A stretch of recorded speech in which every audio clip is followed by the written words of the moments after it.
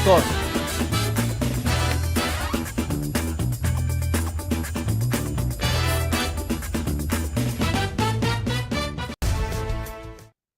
All right, welcome to Sport Talk on Enterprise TV, where we give you all the latest for what is happening in the world of sport. A lot went down over the weekend from the Super Eagles of Nigeria, where they managed, in my own opinion, to skate through against Rwanda. We saw Kylian Mbappe tied with Thierry Henry as our French all-time goal scorer. And of course, in Holland, Memphis Depay also break that record. He's now the Netherlands all-time goal scorer. And of course, what a fantastic performance from the man called Florian Wirtz with a stunner. Of course, they also came back in that game. They also bounced back after they lost to Slovakia in the first game. All right, please do well to follow us across all our social media platforms at Enterprise TV 7. My name is John Olasikomi. Join me and let's ride together. Joining me virtually today is Daniel Osege, making a return back to Sport Talk. Daniel, welcome to Sport Talk. Yeah, good morning. A good day, rather, for having me. It looks like I've seen in the morning.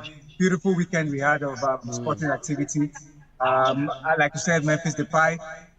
You know, it's been great for the Netherlands for 12 years or thereabouts now. I remember him, you know, being very fantastic talent for them in the 2014 World Cup under Luis Van Gaal.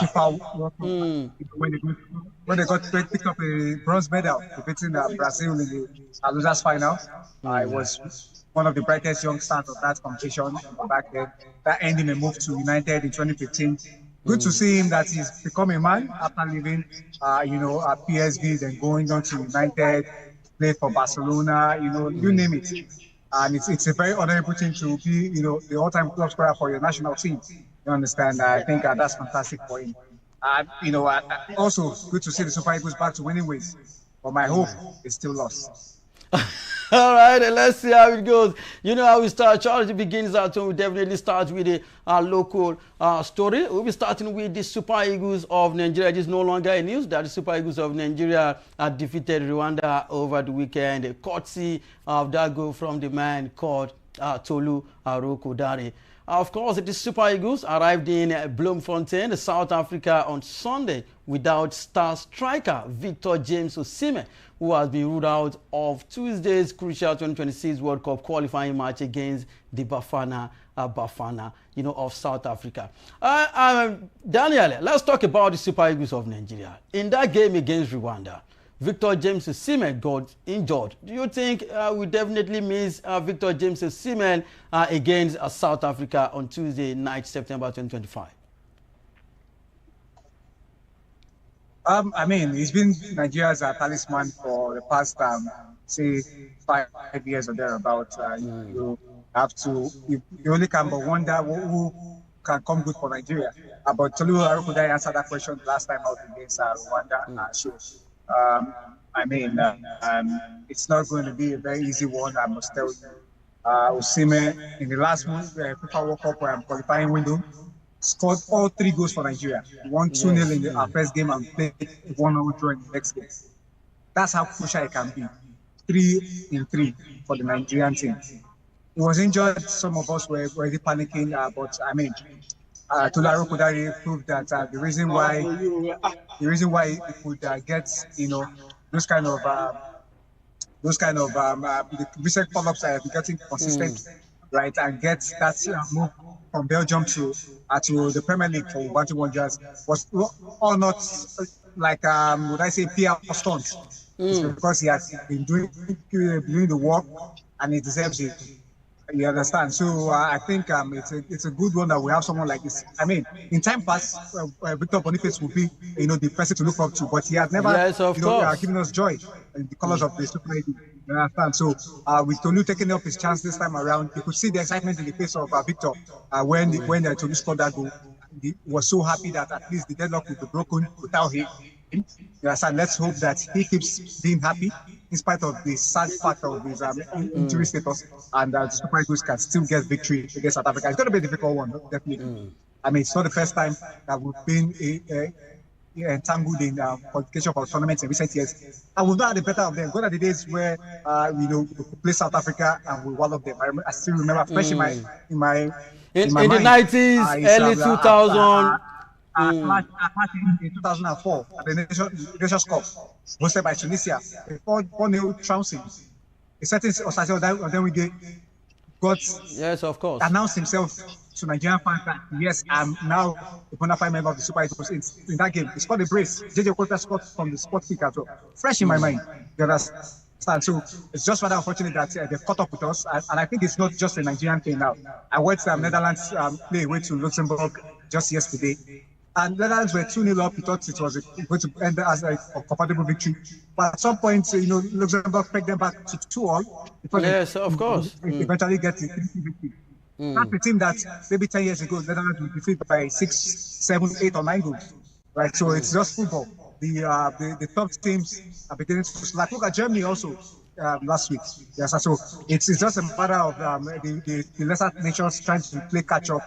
And the pace at which they are catching on is really fast, and the pace at which the top teams are declining is also at a fast pace, and that's why they're matching up.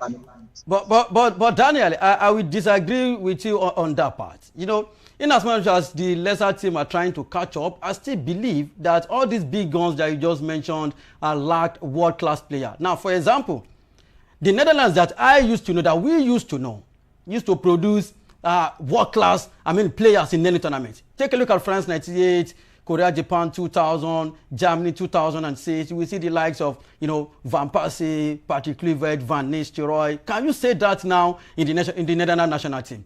Can you say the same thing in the Germany national team? Even in the Super Eagles of Nigeria, can we say the same thing? Generally, I saw their game against Rwanda, and the way we started the game, it was something that I just feel like this is not the Super Eagles that we used to know. At some point, Onyeka was the one playing from the right flank. The right flank was just dead. Nobody there. We were not just operating anything. It was just about Lukman and the other guy from Paris, Moses Simon, playing from this left flank. So Osimhen was not getting the supply. The midfield collapsed. The right flank. So it is not all about the lesser team catching up now. It is all about the big teams not producing a world class anymore. So the question is, are there no world class footballers anymore in the world? That's the big question. So I also mentioned about the decline, the fast pace at which the big teams have been declining. There's been a massive decline, right? Like you mentioned about the Netherlands. Marco van Basten, still one of my favorite footballers of all time, right? Injuries just cut his career short, and we have the likes of the Bergkamp, the Kluivert, Roy, like you rightly mentioned, the Dennis Bergkamp of this world and the like. You understand? You can't say the same thing about their current squad. You understand? So those are the issues that we have, and it's the same thing with the Super Eagles as well. You take a look at we've not still been unable to replace a certain JJ Okocha. So how then does Victor Osimhen get the supply that he needs? Right? Since Finidi George left, would not be able to get, aside from a better right flank. Come through as well. So all those kind of situations we've had since we lost Taiwo, we've not had a remarkable left back. Yes, of course. Sometimes have to play makeshift and all of that. So all of these are issues that are pending, and it's rather unfortunate that it's life. You can't have this forever, right? The Brazilians are also having their own fair share of it. Yes, of course. Like Cafu will say, the Brazilian national team are beginning to play like a Premier League side. You see players like Bruno Guimaraes, players like Matheus Cunha, play for Newcastle United, Wolverhampton Wanderers, players like Richarlison, playing for Tottenham Hotspur, just rolling into the national team. Gone are the days when they used to have players playing for Real Madrid, Barcelona, AC Milan, Inter Milan, of course. All right, still talking about the Super Eagles of Nigeria. Daniel, are you still with us? Okay, all right. Go ahead. Yes, I am. So I feel at the end of the day, I've always maintained that defeating South Africa might not even be the best thing that we can do to have hopes of qualifying, right? It's because Nigeria has failed to have that killer's instinct when you come up against the minnows, in quote and unquote. I mean, we played at home against Rwanda, and all we could muster was a 1-0 victory. Come on, that's crazy. How can you send those warning signals to Lesotho, to Benin Republic, that when we're coming to annihilate you? That's what gives them the morale that, look, if Rwanda could hold them to a 1-0 loss, rather, that means if we put our act together, we can actually come out from this from the tie against them with a draw. At least to get a result. We played 7 games and drawn 4 games. It's because we've given them that room for them to believe that they can actually. And football is a game of 90 minutes at the end. You know, the names don't play the football, right? It is what you give on the match day that determines the result you get. Yes, right. Of course. So and it's a psychological thing. A lot of things about life has to do with psychology. When we want the victory in your head, I mean, you're almost halfway won. If you're giving them room for them to psych themselves up and believe that they can do, because if they keep winning 3-0, 4-0, 5-0, you send those fear triggers to them, and they lose the mental battle even before the match commences. Yeah, so all right. Fear grips, and victory is easy for us. So I think. All right, the Super Eagles of Nigeria are still trailing. South Africa, come on, that's crazy. 6 points behind South Africa on the log table. Before we leave the Super Eagles story, Daniel, did you see Stanley Nwabali against Rwanda? If it were to be a match where there was a VR, it would have cost us a lot in that game. What can you say about Stanley Nwabali behavior against Rwanda? It's not the first time that he has put up this kind of tactics. That's anyone who has known him for a very long time. I mean, even including his colleagues, talk about players, coaches, and the likes. They will tell you that they will tell you stuff like those are the kind of match wasting tactics that he uses, right? And so he always gets to the point where he always puts in all of this, and it's not really reasonable, to be honest, because this if he gets suspended from games, it may cost the Super Eagles, because we know the struggles to have with goalkeepers. He has given us that hope for a better future. Now bringing all this as a goalkeeper that we may not have around for a long time. Let's not forget it's almost 30, right? So I think it's not something he wants to do. It's not even good for his image. Clubs are watching, right? That's the kind of goalkeeper. Modern day football doesn't need all of that. Because like Rifle said, DRL has come to stay in football. So if with the soldiers of DRL, things like that, it might not go scot-free with All right, thank you for that one. Daniel Osege will just with the Super Eagles of Nigeria where they get South Africa coming up on Tuesday night, September 2025. All right. Away from the camp of the Super Eagles, let's move straight to the MPFL.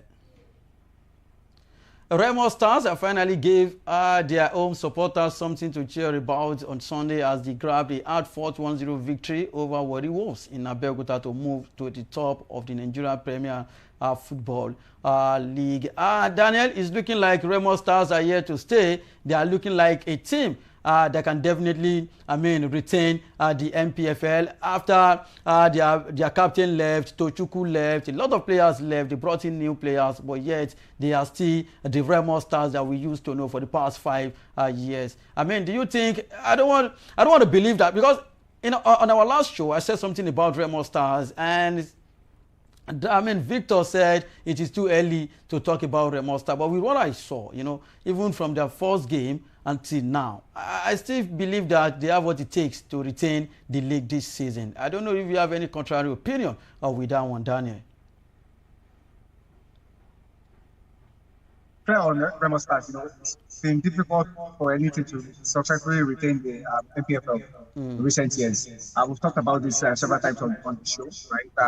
And funny enough, when I was following the game yesterday, I said to myself that if they couldn't secure a victory yesterday, they should forget about any chance of retaining that title. Because, I always say, to win the MPFL, you need to win more than 15 of your home games. Yes, of course. You need to win more than 15, and you can't afford to lose more than one of your home games because if you go unbeaten at home, or you need to win more than 15 games. So the opening game against, I think it was River United, they played the match they won. They played out a 1-0 draw.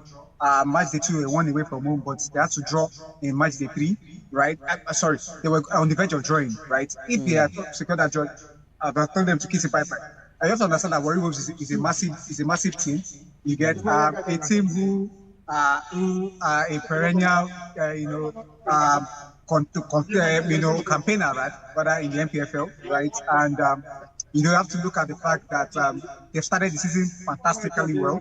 They've won their first 2 games of the season, so they look like a very difficult team to face at this point in time. Because just like I talked about the Super Eagles, the mental strength, a team that won home and away in the first 2 games of the season will come, we believe, facing anything, and that's why they came with a goal. I'm sure they played for a draw yesterday because they didn't threaten Remo Stars at all.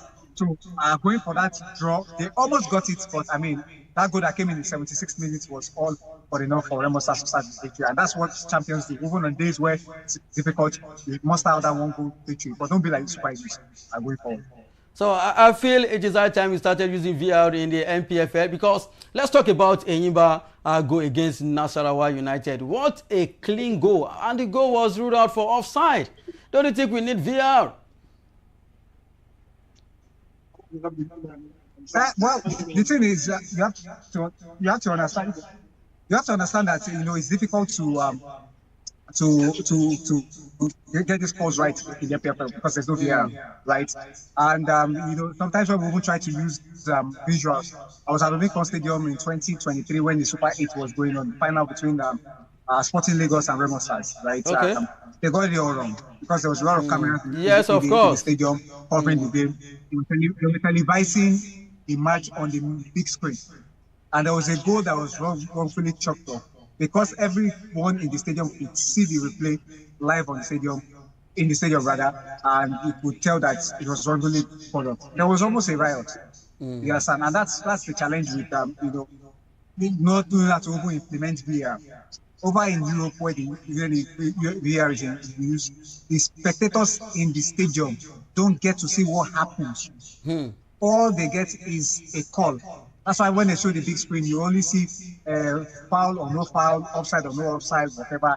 They just give you those calls because they understand that when they have access to that source of visual, there could be a stampede, there could be a riot. Because if you see a call wrongfully given, I mean, you'll be able to, you want to express yourself. So the way the viewers from sitting at home watching the Europeans do their thing are the ones that have it. So if you are a Chelsea fan, for instance, watching at home, you can have a view of what really went down. But you can't dash down to the stadium and, I mean, you won't get access to open cause mayhem. So I think that's another thing about VL. We have to bring in VL at some point. Do the clubs have money to implement that? I don't think they do. Let's also not forget that these clubs are not owned, they're government-owned clubs, so which means that a lot of them can actually afford it if they want to, right? However, football is still recreation in the side of the government, so I don't think it's something that may be possible at this point in time. All right, it really cost Enyimba yesterday. I mean, of course, over the weekend, the match ended in the stalemate against Nasarawa United. Let's take a look at other results. Remo Stars 1, Warri Wolves 0, Enyimba 0, Nasarawa United 0, Enugu Rangers 2, Plateau United 0, Katsina defeated Kano Pillars 1-0, Niger Tornadoes 1, Bayelsa United 0, Academy Warriors 0, Rivers United 0, Barao 1, Bendel Insurance 1, Wiki Tories 1, Abia Warriors 0, Shooting Stars 1, Ikorodu City 1, Kwara United 2, Queen Khalifa 0. Away from local football, let's move straight to foreign football. Merino struck a hat-trick as Spain hammered Turkey 6-0 on Sunday 7th September 2025 to take charge of their 2026 World Cup qualifying group. All right, Daniel, let's talk about Spain. It's looking like football now lives in Spain. I don't understand what Fuente has really done with this young Spanish side.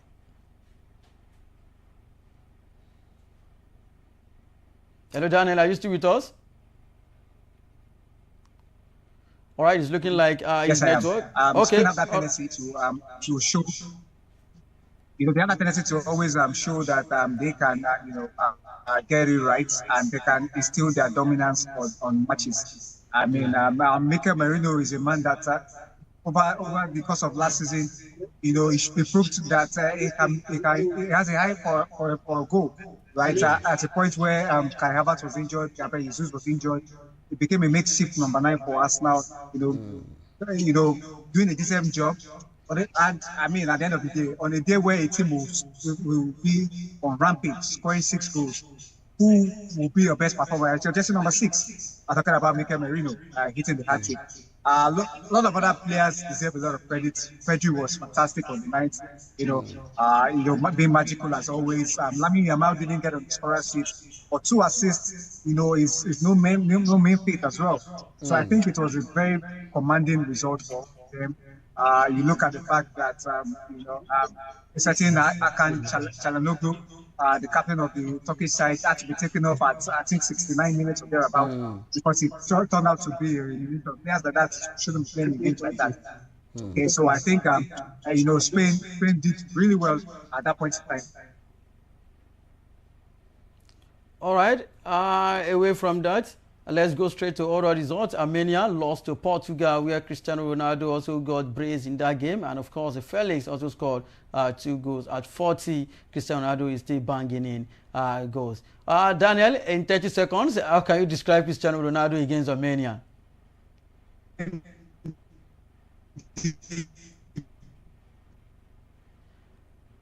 I don't think his network is okay. Of course. We're still talking about other results. Switzerland defeated Kosovo 4-0. Italy also defeated Estonia 5-0. Belgium versus Kazakhstan 6-0. Turkey lost to Spain 0-6. Germany defeated Northern Ireland 3-1. Georgia defeated Bulgaria 3-0. And of course, Lithuania lost at home to Netherlands 2-3, where the man called Memphis Depay got a brace.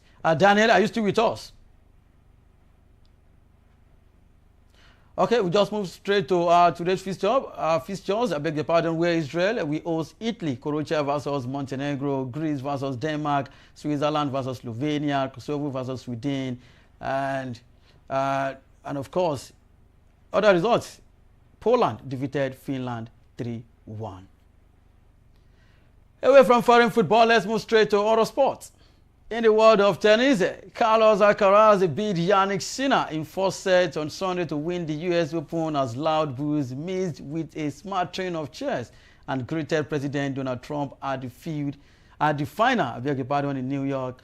The 22-year-old Alcaraz won 6-2, 3-6, 6-1, 6-4 to capture his 2nd US Open crown and 6th Grand Slam title at the age of 22. It's now looking like, Alcaraz is now treating Jannik Sinner, former world number 1, the way Rafael Nadal used to treat aging, Roger Federer back then. Daniel, are you with us? Let's talk about US Open final between Alcaraz and, of course, Jannik Sinner. I wasn't happy with the way the final turned out. Come on, wait. Are you a sinner? I'm a righteous man. Okay, all right. Go ahead. Okay. Usually, the contest between Alcaraz and Jannik Sinner is either a 4-setter or a 5-setter. This didn't prove to be any different. It went into a 4th set, right? I'm talking about when they meet in Grand Slams. However, the first set was just to flatter Sinner fans, really, because Sinner didn't give nada in that match, to be honest. Because you take a look at the fact that Alcaraz only faced breakpoint once against a world number 1. That's ridiculous. He was able to convert that. Jannik Sinner was able to convert that break point, right? But that was the only break point that he was opportune to have. That was how dominant Alcaraz was throughout the contest. You understand? The first set says it all, 6-1 in the first 6-2 rather in the first set. I think the third set was where Carlito won by 6-1. You know, no, I'm sure he won 6-1 as well. You know, it was ridiculous. I mean, it was just with two. It was too ridiculous of the type. We know that Carlos Alcaraz is going into this competition, going to the final, has been the best player in the competition. So far, yes, of course. Has been the best player. You know, he hasn't dropped a set at that point in time. All right, throughout the competition. This is the first time he dropped a set in the competition. So it looked like he was in the best shape going into this competition. But I mean, Sinner could have done more, especially because it's the worst kept secret in the world that he's the best player on hard court currently. You know, all but his last time Grand Slam victory, which is Wimbledon, had come on hard court, US Open, and the 2 Australian Opens. So that's the reason why I gave him the benefit of the doubt to go all the way. But it was a very disappointing performance for me. And he too was disappointed in himself. That's why I had to mention that, you know, he has to improve his game anytime he takes on Carlos Alcaraz going forward, because he has become very predictable and he has to, you know, change his pattern against him. All right, Carlos Alcaraz is back at #1. How long can he stay on this #1 spot?